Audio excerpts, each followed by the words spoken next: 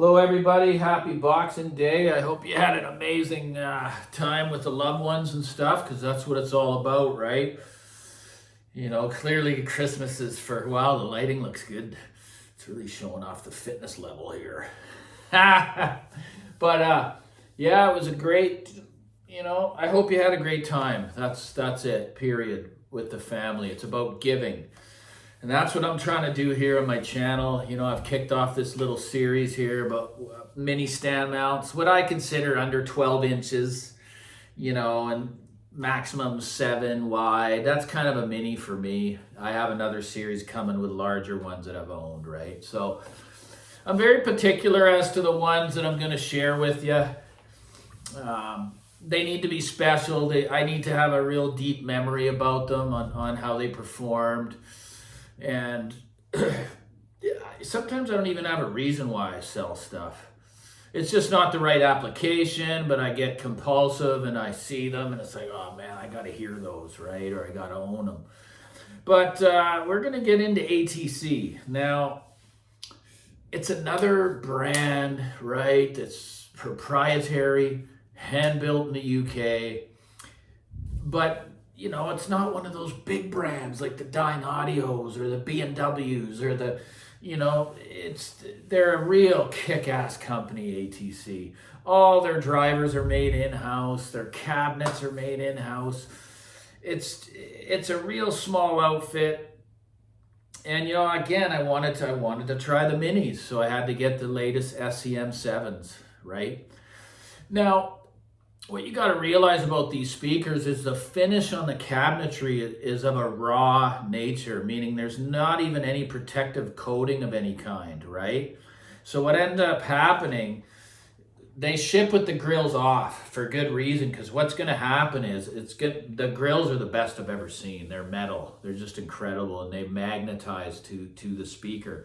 The problem is, because they're not protected, any type of lighting, not even any, the grills, if you install those grills and leave them on for a period of time and then you go to take them off, you're going to have a slight fading trim going around all around the outside of the cherry finish, okay? And you'll see the ones that are for sale, even the same bigger series, SEM 11, SEM 19, they all have the same grills, right?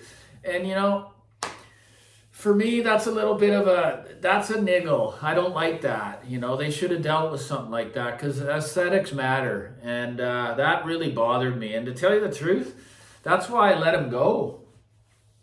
I didn't realize that was going to happen, and it's too bad, because they are a really nice speaker.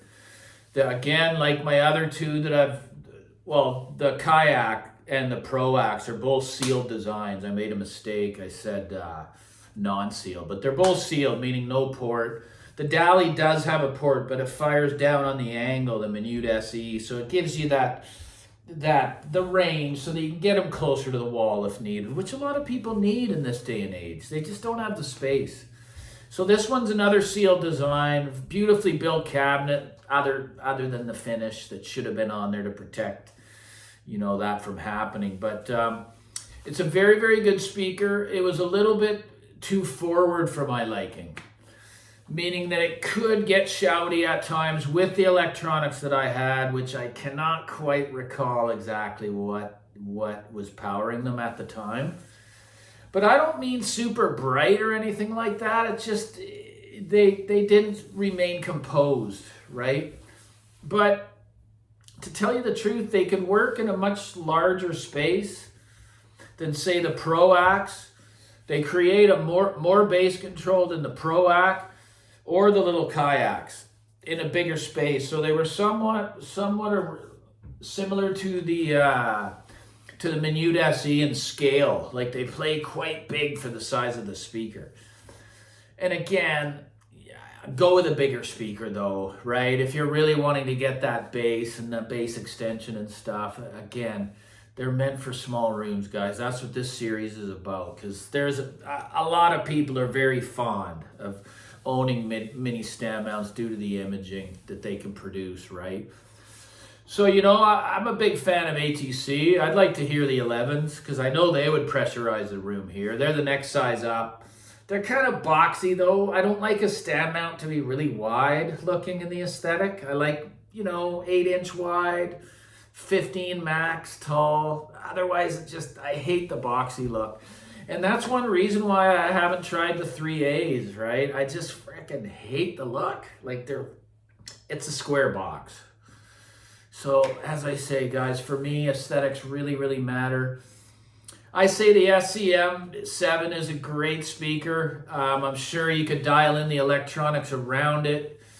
It's just overall, it's very, very well built. It's proprietary. Everything's made in-house. It's made in the UK. There's a lot of great things going for it. So I can't say anything bad about it. I mean, if you're building a system in a smaller space, it's one of the mini stand mounts that I would stand behind and just say it's excellent. Like, I preferred it over any Dynaudios, any of these other brands. I'm a fan of ATC, right? So I'm really grateful for the amount of attention these last 3 volumes have got. This is going to be volume 4. And I think I'm going to add one more. There's going to be 5 volumes here, and then I'm going to be going into the medium or the full-size stand mounts that can really pressurize a fair-sized room, right? Actually, there's 2 more coming. There's 2 more coming. And I'm going to follow through with this because people seem to be enjoying it.